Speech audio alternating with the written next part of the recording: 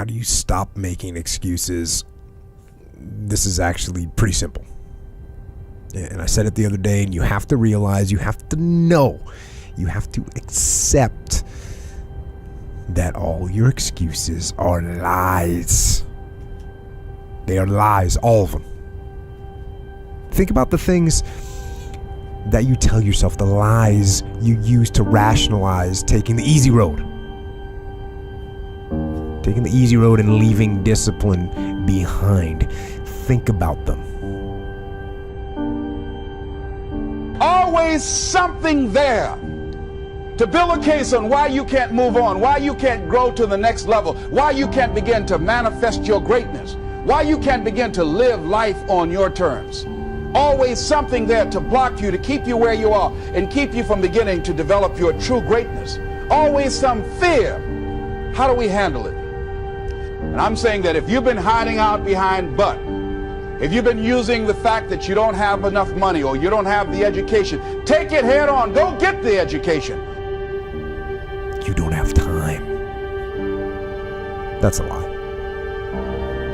You don't have support. That's a lie. You don't know the best way.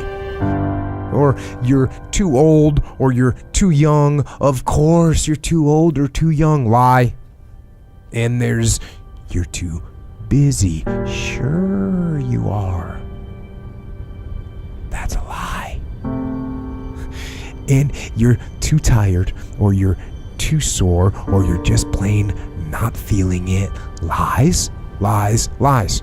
And the list goes on and on and on. And it doesn't stop if you don't make it stop. What happens is about the same. You might put that in parentheses here. Same. What people do, that's what's different. Everything can happen. Anything can happen. But it's not the happenings. It's what you do about it. Somebody says, yeah, but you don't understand the disappointments I've had. Come on. See, a lot of people pretend that they want more out of life. But all you have to do is watch their actions. People tell you, oh yeah, one day I want to have a restaurant. See, they're pretending they want to go into business for themselves. They're not serious. How can you tell, Les? Watch their actions. Watch what they're doing. The proof is in the pudding. So if you want to do something, if you thought about something you want to do, take it head on. Decide that you're going to start looking at it, start doing research on it, start tackling it, start becoming involved in whatever and wherever it might lead you to begin to explore the possibilities in that particular thing that you're seeking, so that you can begin to learn all you can about it. So recognize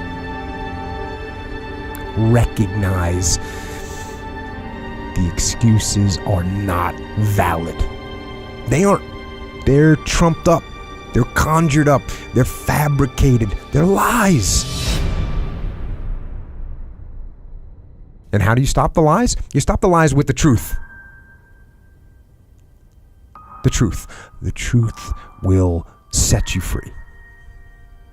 The truth will stand, and the truth will deliver you from procrastination and laziness and the downward spiral that comes with a lack of discipline.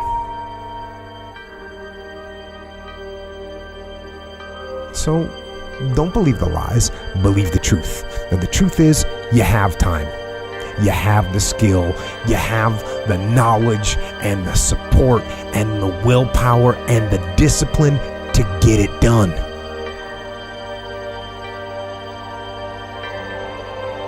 So cast out the lies, burn them down, and listen to the truth. Then live the truth and go out and get it done. Decide that you're going to face it, that whatever shortcomings you have, that you're going to strengthen yourself there. Whatever training that's required, that you're going to go get that training, that you're going to get started right now. George Washington Carver would say, do what you can, where you are, with what you have, and never be satisfied. Always strive to be more than that which you are. Yeah, don't get satisfied with yourself. Always know that wherever you are, you can enjoy more, that you deserve more. Most of us go through life pretending that we're satisfied where we are, pretending that everything is okay, pretending that we don't have any special goals or ambitions or desires, when really deep down inside we do really want more. But most people, you know what they do? Most people go through life quietly and safely, tiptoeing to an early grave. Find out what it is you want and go after it as if your life depends on it. Why? Because it does.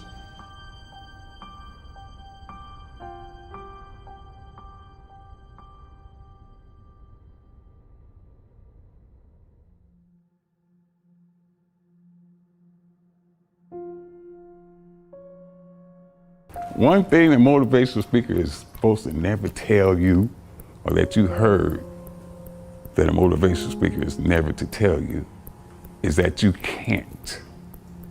You can't. You're not supposed to tell people they can't. That's no way to encourage anybody. Tell them they can't do something. But I will tell you tonight that the most powerful motivational speeches that I have ever heard came from people who told me I couldn't do something. You know why?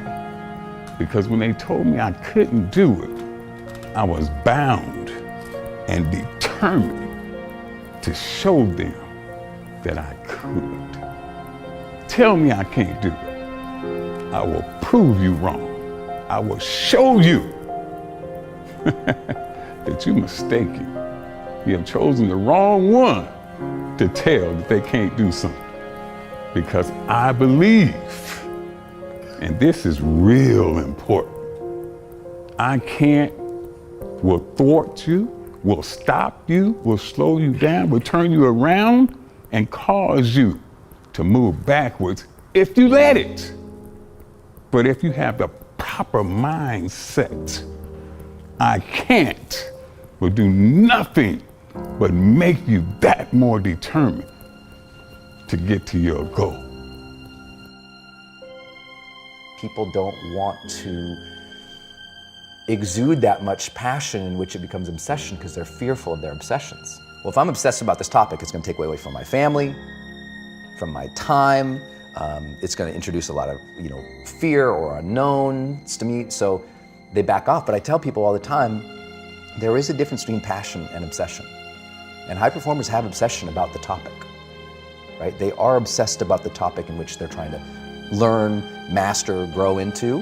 And so that obsession is real. And I tell people the difference, here's how you know the difference between the two. When you're passionate, everybody cheers you on. They're stoked for you. Oh, you found your passion? Awesome. Follow your passion. Live with passion. Be passionate. When you're obsessed, they're like, why you gotta be so crazy? Why can't you be satisfied? Why do you always gotta get things so perfect? Why do you spend so much time here? When you're obsessed, people think you're nuts. So it's different.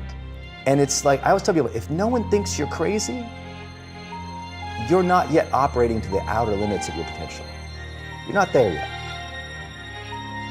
If you want to be great, not good, not also grand, not second, not third, if you want to be great, the very best at what you do, obsession is a necessity. You must be. Ain't no two ways about it. Obsession. Nobody got to be the best at anything. I don't care if you flip pancakes, you sweep porches, you wash dishes, you bust tables. If you're the very best at it, you are obsessed about it. And obsessed about it means you slept and you dreamed and you ate that.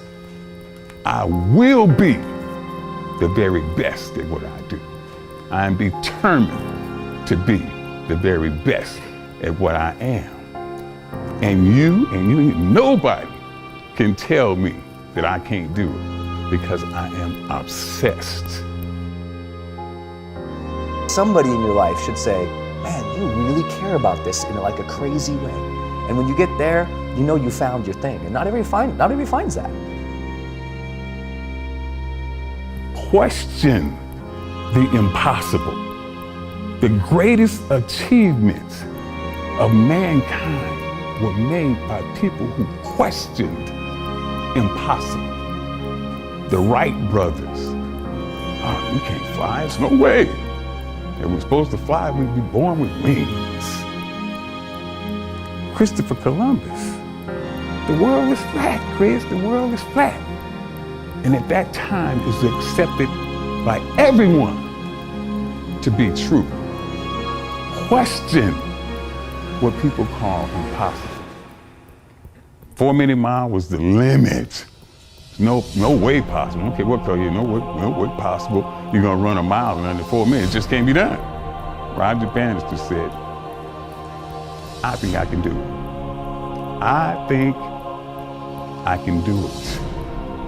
And he went out there and he proceeded to do just that. Not me, not I. You have chosen the wrong one to tell something like that to. I will show you what I can do. I will show you, I will turn your I can't, I will never, I won't, it's impossible. I will turn it around and I will show you that I can do anything. Anything. That is my message to you. Let the I can't fuel your fire. One of the things you gotta understand, my friend, is that you're supposed to fail.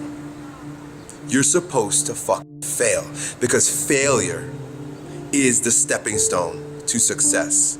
It's not just cliche. Failure is an experience that lends to wisdom that ultimately makes you a stronger version of yourself. Like, until I make my dreams become a reality, I'm not quitting. I don't care how much money I have to invest. I'm gonna continue to do this until I become successful. All right, I've got a rule called the show up rule, right? Somebody said you can pretend that you care, but you can't pretend that you're there. The only way you can be there is to show up. And what I'm asking you to do for me, you'll never be a failure if you show up every single day. Every single day when I come, I show up and I let failure know. Failure is not an option. So what, it takes 12 years to get it forward. Failure is not an option. So what, I put myself in a PhD program when I know that to be a great person in a PhD program, you have to read well, you have to write well, which are my two greatest weaknesses. But failure is not an option. Failure is not an option. You can't even let it sink into your brain, not even a second. You have to know that this thing is going to work. Come hell or high water, whatever it is that I set out to do, it may not happen in 6 months, it may not happen in a year, it may not happen in 2 years, but at some point, my dream is going to become a reality. You know, I get asked a lot, what is the secret of achieving goals? How do you really quantitate it? How do you put it down so every day you know if you're going in that direction of success or maybe you're altered? And people are like, man, is it your genetics? Is it your potential? Is it, when it comes down to it, success has nothing to do with potential. It's all about the perseverance of somebody. I have not failed. I've just found 10,000 things that do not work. Right? And who wrote that? Yeah. Thomas said, come on. These are the things that help me change my thought patterns. They help me to change my mindset. Listen to me. It's 10,000 things that didn't work. And all I have to do is the next one. And once I do the next one, bam, I'm going to be successful. I'm telling you, every time I stand up here and do what I'm doing, all I can remember was sleeping in abandoned buildings. That's all I could think about. But I kept trying, and I kept trying, and I kept trying. And I tell people, I am not the rabbit, I'm the turtle. But I kept going, I was consistent, and I'm standing here today. But what I found out in life, as life goes on, life is about losing. As we get older, we lose our hair, we lose our teeth, we lose our mothers, our fathers, our sisters, and but it's the ones who overcome, they're lost in life and could shun away adversity and always willing to fight at every particular moment in life are the ones that are able to transcend and be able to spread the word to other people who's in that same particular genre as they are. That's what life is about, stretching and challenging, looking for ways that you can begin to improve yourself. You could turn anything in life into something if you just keep showing up.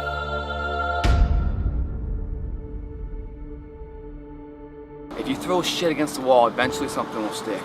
You guys that have this potential, don't have this potential, you know, that shit dies.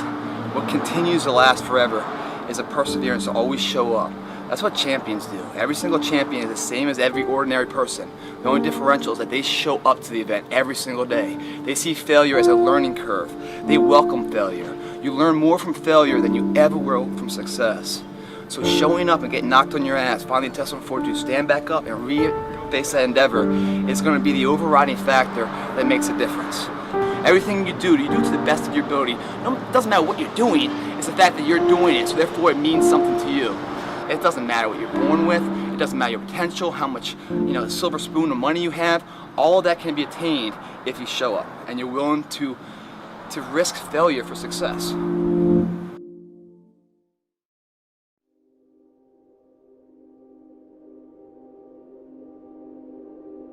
Taking responsibility for whatever happens to you.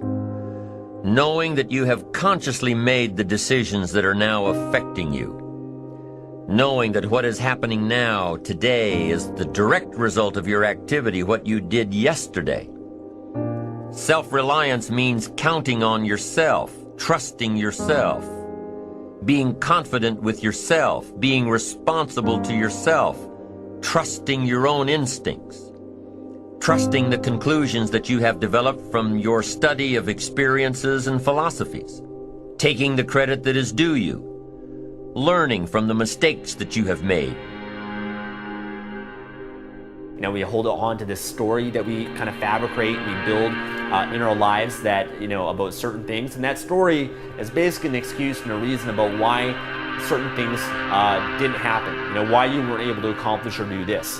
And maybe your story or your BS is I didn't have the time, or I didn't have the money, or there was traffic, or this happened to me because of this person, my boss, my family member, my parents, my brother, my sister, the country, the economy, etc. Right? We have these things, these external things that we blame, and these excuses and reasons that we have. It don't matter whose fault it is that something is broken if it's your responsibility to fix it. For example, it's not somebody's fault if their father was an abusive alcoholic, but it's for damn sure their responsibility to figure out how they're going to deal with those traumas and try to make a life out of it. Some people tend to blame others for their mistakes, blame others for their failures. Now what happens is every time that you do that, every time that you blame or you have an excuse or you BS yourself or have a story, you're giving away your power. You're basically giving away your power, and you have no ability to change what your current circumstance is. You have no power to change your life because you're putting it on something outside of yourself that you have no control over, right? You have no control of the external world in any way, right? You have influence at best, but you have 100% control over yourself, over your own mind, your own thoughts, your own actions, your own behaviors in your life. You have full control over that. You might be influenced by the outside world, but you're ultimately the person that decides everything in your life. As long as we're pointing the finger and stuck in whose fault something is, we're jammed and trapped into victim mode. When you're in victim mode, you are stuck in suffering. Road to power is in taking responsibility. Your heart, your life, your happiness is your responsibility and your responsibility alone. Now, my approach to my better future very early on in my career was to just go through the day with my fingers crossed. And I used to say something like, I sure hope things will change for the better. Then here's what I found out. They're not going to change. Somebody says, well then, how will my life ever change? Answer, when you change. When you change, when you get better, it'll get better. If you change, it'll all change. Don't put it on someone else. Hope that someone else will change it for you. Take responsibility for yourself. Take personal responsibility.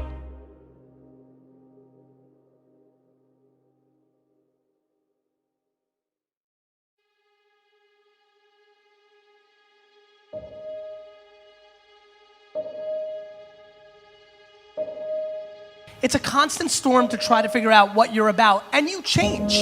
At 26, you're all about the hustle, you're gonna be a billionaire, this and that, and then you go to the bar one night and you fall in love, and it changes what you care about, right? And then you have a child, and then this happens, and then that happens. Things change. You just have to always consistently try to figure out what's driving you, and not because other people are watching, and not because that's what your dad wants, and not because that's what you said was gonna happen, and it doesn't look like it, and your family's gonna judge you. You just have to be as real with yourself as possible, and that is a very difficult struggle, but when you're not, you create enormous vulnerability and unhappiness. Truthful conversations redeem people. Because if you come to a clinical psychologist whose worth is salt, you have a truthful conversation. The conversation is, well, here's what's wrong with my life, and here's what caused it. You know, maybe it takes a year to have that conversation, and here's how it might be fixed. Here's what a beneficial future might look like.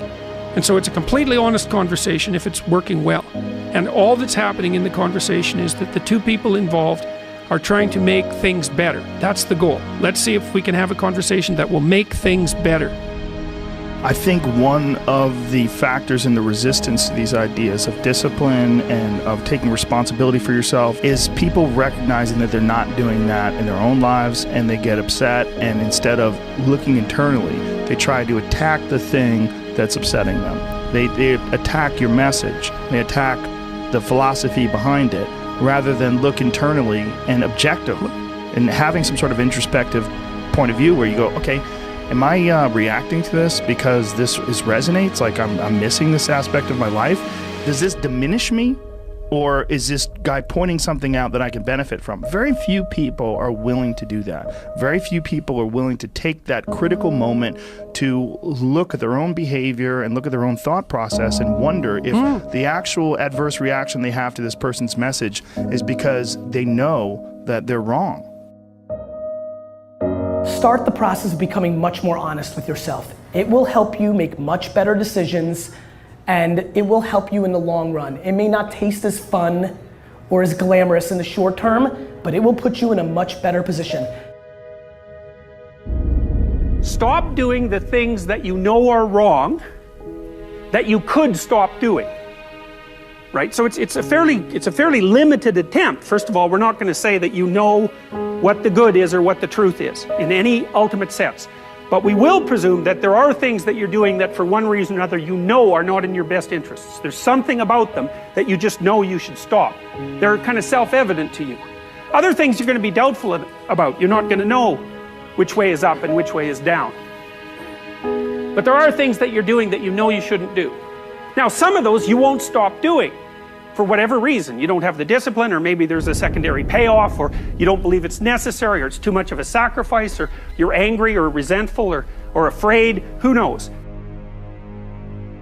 But there's another subset that you could stop doing. It might be a little thing. Well, that's fine. Stop doing it and see what happens. And what'll happen is your vision will clear a little bit. And then something else will pop up that you will also know you should stop doing and that you could stop doing. And you could do that repeatedly for an indefinite period of time. And you know, that doesn't necessarily mean that you're going to ever be able to formulate a clear and final picture of what constitutes the truth and the good. But it does mean that you'll be able to continually move away from what's untruth and what's bad. And you know, that's not a bad start.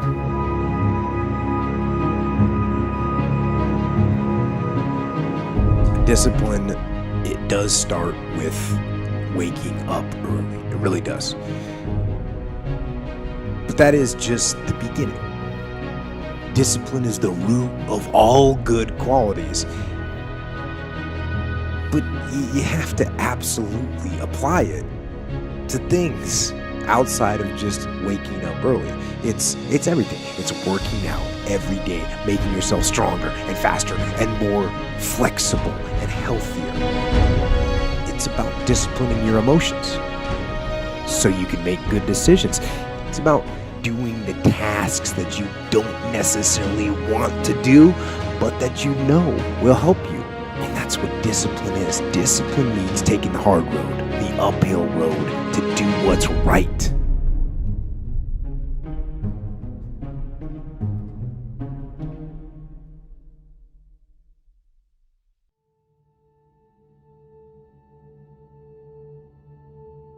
He was a man now who was, preparing for the biggest bodybuilding show of his life, and he didn't have any income coming in. I don't know, at least in my mind, a better underdog story than this man. I mean, here he is, a man who grew up with no parents, went from foster home to foster home, had to fend for himself in a very, difficult world, had no parental guidance, had no parental leadership, really had no one advising him on how to be a man or a person in society, in regular society. And here he was now, one of the top bodybuilders in the world, and he's still struggling with these same demons, so to speak, while other bodybuilders, out there, all the competitors seem to be living in the lap of luxury, with high-paying contracts, high-paying magazine contracts.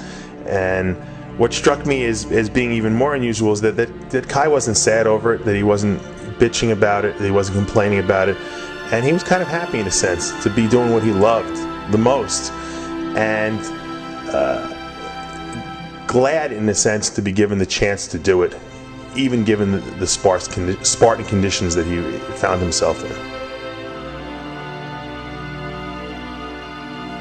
Successful people, I imagine, have to worry less about what the size of the obstacles are, the finances or the lack thereof, and all the other things that we can say represent the size and weight of the opposition. And what the successful person is going to aim to do, and what all of us that would like to be successful would probably want to adopt as a part of our philosophy, would be to worry less about the obstacles and fix our thoughts on the goal. Did you feel you was going to win this show coming here tonight? Yes. I still believe that the possibilities exist. I believe in infinite possibilities, and circumstances and situations don't say who the man is. It's what the man does in the face of these things that will, identify who he is. Mind is everything. If you don't believe you can do something, then you can't. If you believe that your father was a bum and he left you, or your mother wasn't any good, if you believe that your upbringing was substandard and therefore you have to walk around as a refugee from that crisis situation for the rest of your life, forever bearing the burden of that experience, then that will be your life. It's like you have to save your own life. Nobody's going to be able to save it for you. So we have to do what we have to do, no matter what it is. In the journey of getting in shape, it's a long run, right? The person who's standing at the end with their hand raised isn't the person with all the genetics. It isn't the person with the most potential. It's the person that has the greatest perseverance, that's always willing to get up. The difference between a champion and a loser is that they both fail. It's that the loser allows the failure to stand for life. With a champion, even though he gets knocked on his ass, finds the fortitude to stand back up, reface that endeavor until it becomes his favorite, until he wins. That's the difference. Champions get back up and do it again. And the difference between someone that's successful here or someone's a spectator here is that a person that's successful, they believe in themselves so much, and their belief overrides any crowd's disbelief. What does that mean to you, this victory? It means everything. It means everything. It means you were right. It means that the people that didn't believe, they were wrong. It means that when you don't believe, you do yourself a disservice because it is wrong. So you got to believe. You got to believe in what you want to do. You got to believe in what you want to get accomplished, and believe that somehow, somewhere within yourself and in the universe around you, there are tools and resources that will be of aid and help the man that really wants to get it done.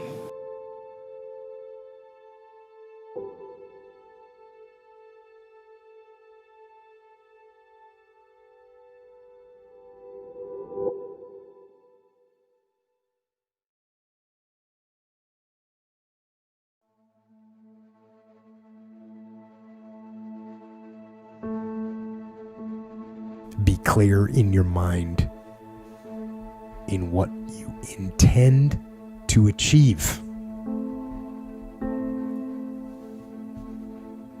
Know what you are going to do. That doesn't seem like too much to ask. Certainly in war. And you wouldn't think it would be too much for people to ask in their lives either. But how often do we see people going through their lives without knowing what they are trying to do, without having any intent, without having a clear mission? I'm talking on an individual level. As a person, people go through their lives without knowing what it is they want to do, what they want to accomplish.